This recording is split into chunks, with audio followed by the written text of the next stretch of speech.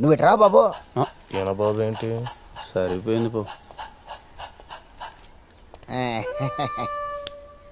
30 ఏళ్ళు వచ్చా, ముందు నువ్వు పెళ్లి చేసుకో పో.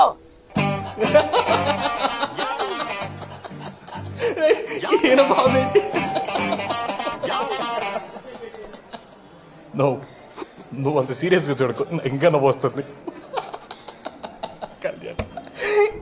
రాత్రి ముసలాయన చూసారా, బఫే సిస్టంలో భోజనం ఎలా చేయాలో తెలియక తిరిగి వెళ్ళిపోయాడు. లక్షలు పెట్టి పెళ్లి చేస్తారు కానీ వచ్చిన వాళ్ళకి మర్యాద ఎలా చేయాలో తెలియదు ఆవిడకి. ముందు మనకు పెళ్లి అవకాశం ఎవడిస్తాడు అది ఆలోచించు.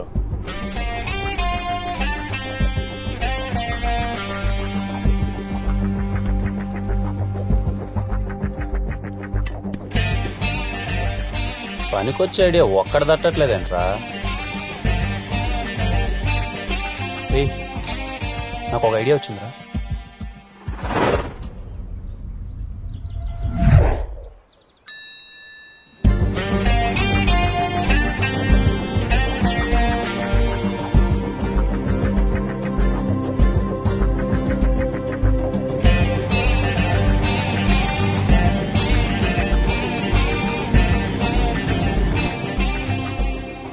మీరు మరీ మమ్మల్ని ఎదవలను చూసినట్టు చూడకండి.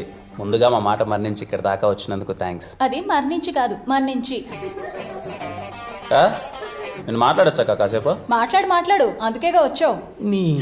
ఏందనితే ఇప్పటికే మీరు అందరూ అనుకుంటా ఉండొచ్చు నా కొడుకులు కాలేజ్ వదిలేసి బయటకు వెళ్ళి ఏం పని చేస్తున్నారా ఏంటి అని. మేమేం అనుకోలేదే. ఏం లేదు, మా ఎస్ఆర్ కళ్యాణ మండపంలో మేము పెళ్లిళ్ళు చేద్దాం అనుకుంటున్నాం. రజనీ, నీ ప్రాబ్లం ఏంటి?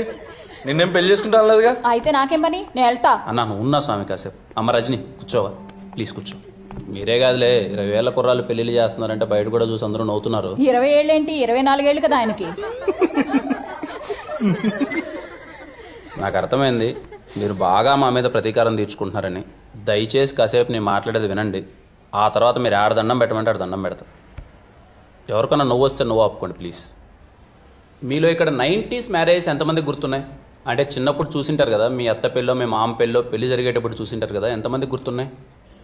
నా దృష్టిలో పెళ్ళిళ్ళు అంటే అవి ఇప్పుడు జరిగేటి పెళ్ళిళ్ళు కాదు, అవి ఒక బర్త్డే ఈవెంట్ లెక్క తయారైపోయినాయి. నేను ఇంతకుముందు పెళ్ళికి వెళ్ళేటప్పుడు పెళ్ళికి వెళ్ళానా, బాగా కడుపు నిండా తిన్నానా, ఆడ అందమైన అమ్మాయిలు ఉన్నారా, సైట్ కొట్టుకుంటానా, వచ్చేసానా అన్నట్టుండేది. ఎప్పుడైతే మేము కళ్యాణ మండపం టేకప్ చేసి పెళ్ళిళ్ళు చేద్దామని వెళ్ళామో అప్పుడు ఎలా జరుగుతున్నాయి పెళ్ళిళ్ళని చూస్తే ఒక్క పెళ్ళి అంటే ఒక్క పెళ్ళి మేము చిన్నప్పుడు చూసిన పెళ్ళిలా అనిపించలేదు. పెళ్ళిళ్ళన్నీ మారిపోయినాయి.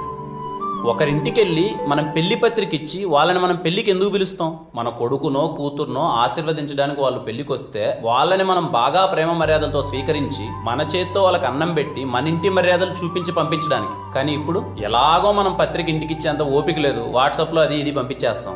వాళ్ళు వచ్చిన తర్వాత వాళ్ళని ఎవరు రిసీవ్ చేసుకుంటున్నారు, వాళ్ళకి ఎవరు ఫుడ్ పెడుతున్నారు, ఇంకా ప్రేమ మర్యాదలు అంటావా ఇంకని దేవుడు ఎరుగు.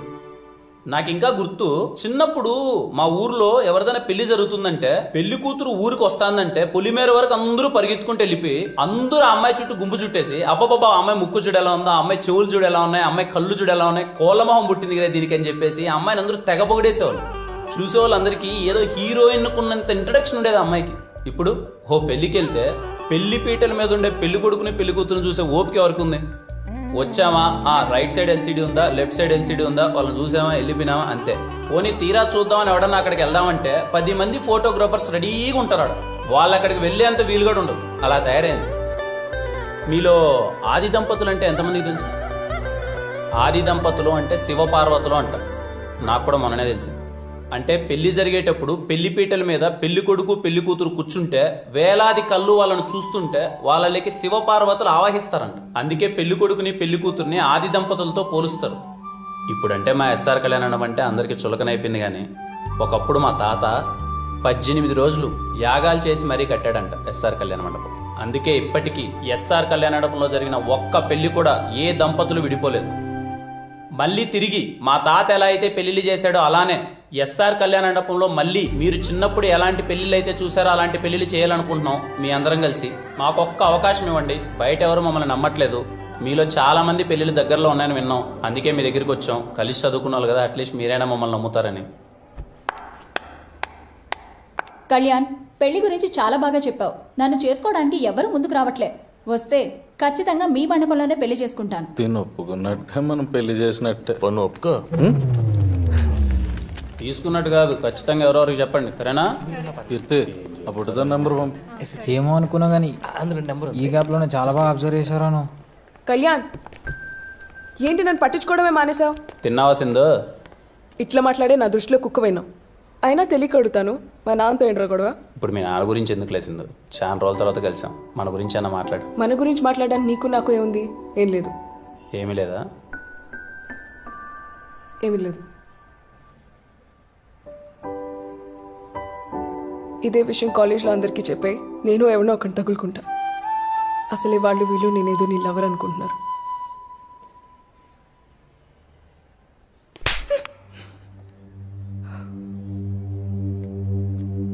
కళ్యాణ్, కళ్యాణ్, నేను ప్రిన్సిపాల్ సార్ రమ్మంటున్నాడు. నిజంగానే పిలిచాడా? నాకు సరదారా మరి ప్రిన్సిపాల్ రూమ్ తీసుకెళ్ళడానికి.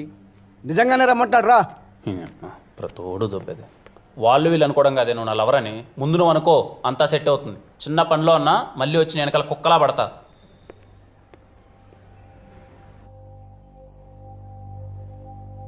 అదిరా కళ్యాణ్, బేసిక్గా నీకు పెళ్లి ఇవ్వట్లేదు, ప్రాబ్లం ఇస్తున్నాను. దాన్ని సాల్వ్ చేసి పెళ్లి చేసే బాధ్యత మీది. చేస్తారా? చేస్తాం సార్. మరోసారి ఆలోచించుకోండి. చేస్తాం సార్. కాలేజీలో స్టూడెంట్స్ టైంకి వచ్చి పద్ధతిగా చదువుకున్నారనుకో, వాళ్ళతో నాకు ప్రిన్సిపాల్లా ఉండాలనిపిస్తుంది.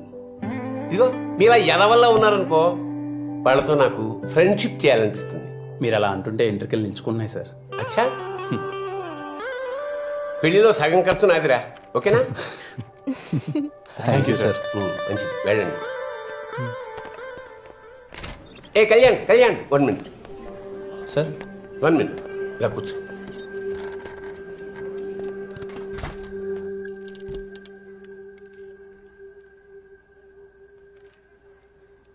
నా పెళ్లి కూడా మీ కళ్యాణ మండపంలోనే అంగరంగ వైభవంగా జరిగిందిరా. ఇంకా ఎన్నో పెళ్లిళ్ళు అక్కడ జరగాలి. మీ కళ్యాణ మండపానికి పూర్వ వైభవం రావాలి. నువ్వే చేయాలరా, నువ్వే చేయగలవు. All the best. తప్పకుండా సార్.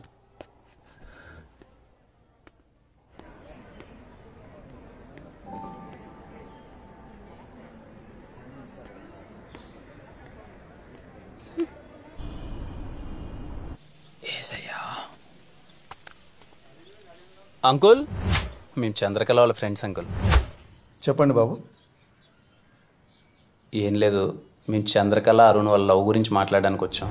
మన్ని వద్దే మావిడ చచ్చిపోయింది, మళ్ళీ నన్ను చచ్చిపోమంటారా? పోండి పోండి. Uncle uncle uncle uncle please uncle, please uncle, uncle uncle ఒక్క నిమిషం అంకుల్. రే కళ్యాణ్, ఏంట్రాయుడు? రే వాళ్ళ వైఫ్ చచ్చిపోయినప్పటి నుంచి మందుకు బాగా అడిక్ట్ అయినంట, బయటికి రావడమే లేదంట. దా పోదాం. రాకపోతే వదులుతామా? ఇది ఒకటే ఆప్షన్ మనకి, ఎలా అయినా ఒప్పించాలి. అంకుల్ అంకుల్ ఒక్కసారి అంకుల్, ప్లీజ్ అంకుల్. ఈ కట్టెంతమ్మా? రే రే ఆడున్నారా? ఏ మనుషులు రా మీరు, నాకేమొద్దు.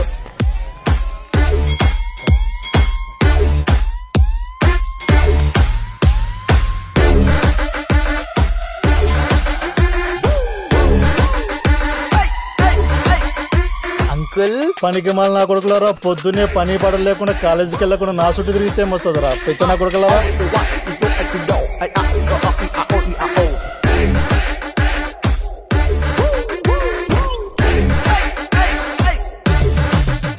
అది కాదే సరోజా, నాకు 19 ఏళ్ళకే మా నాయన పెళ్లి చేసినాడు. ఇంకో 19 ఏళ్ళకి నువ్వు చచ్చిపోయినావే. 38 ఏళ్ళకి నన్ను ఎవడు దొక్కమంటావే. ఇంకా పెళ్లి వయసు కూడా రా నీ కూతురికి. అప్పుడే పెళ్లి సంబంధాలు వస్తున్నాయే. చాలా ఎమోషనల్ గా ఉన్నట్టున్నాడు బ్రో. అరే ఏదైనా ఎక్కే మంది తాగలేటండా.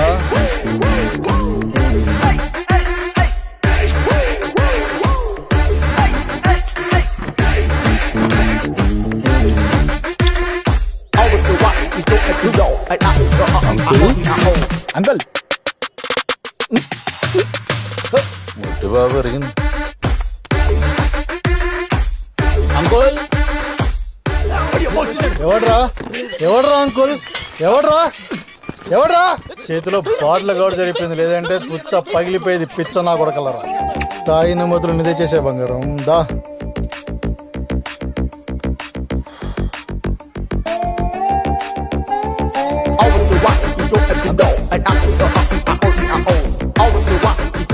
నాయన. ఒక్క 5 minutes uncle please uncle uncle.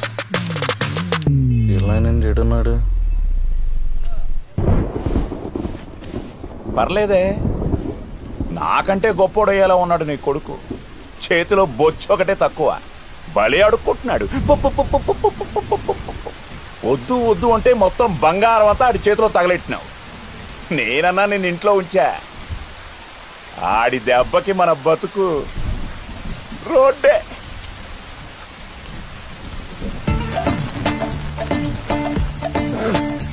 మీ అమ్మ కడుపులు మాడా. ఎండా లేదు వానా లేదు, ఎప్పుడు చూడు నా పంచలో రామాయణమేనా? కొమ్మలకు పోండి.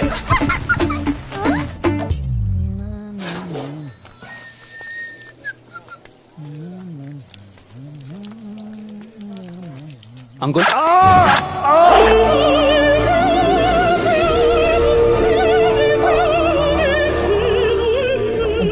కూడా ప్రశాంతంగా పోసుకొని ఎర్రా. సార్ సార్ అలా కాదు సార్, మీతో మాట్లాడడానికి ఎంత ప్రయత్నించినా టైం ఇవ్వట్లేదు సార్. 5 నిమిషాలు సార్ ప్లీజ్ సార్.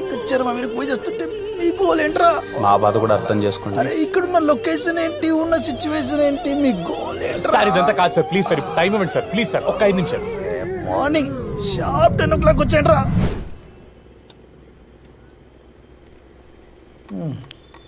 10 గదిలారా మంది మిమ్మల్ని. మీ మీద నమ్మకం లేక ఈ శ్రద్ధ ఏదో చదువు మీద పెట్టింటే ఏ పార్టీ కలెక్టర్ అయిపోయేవాడు. అవును అంకుల్. అవ్వకూడదా?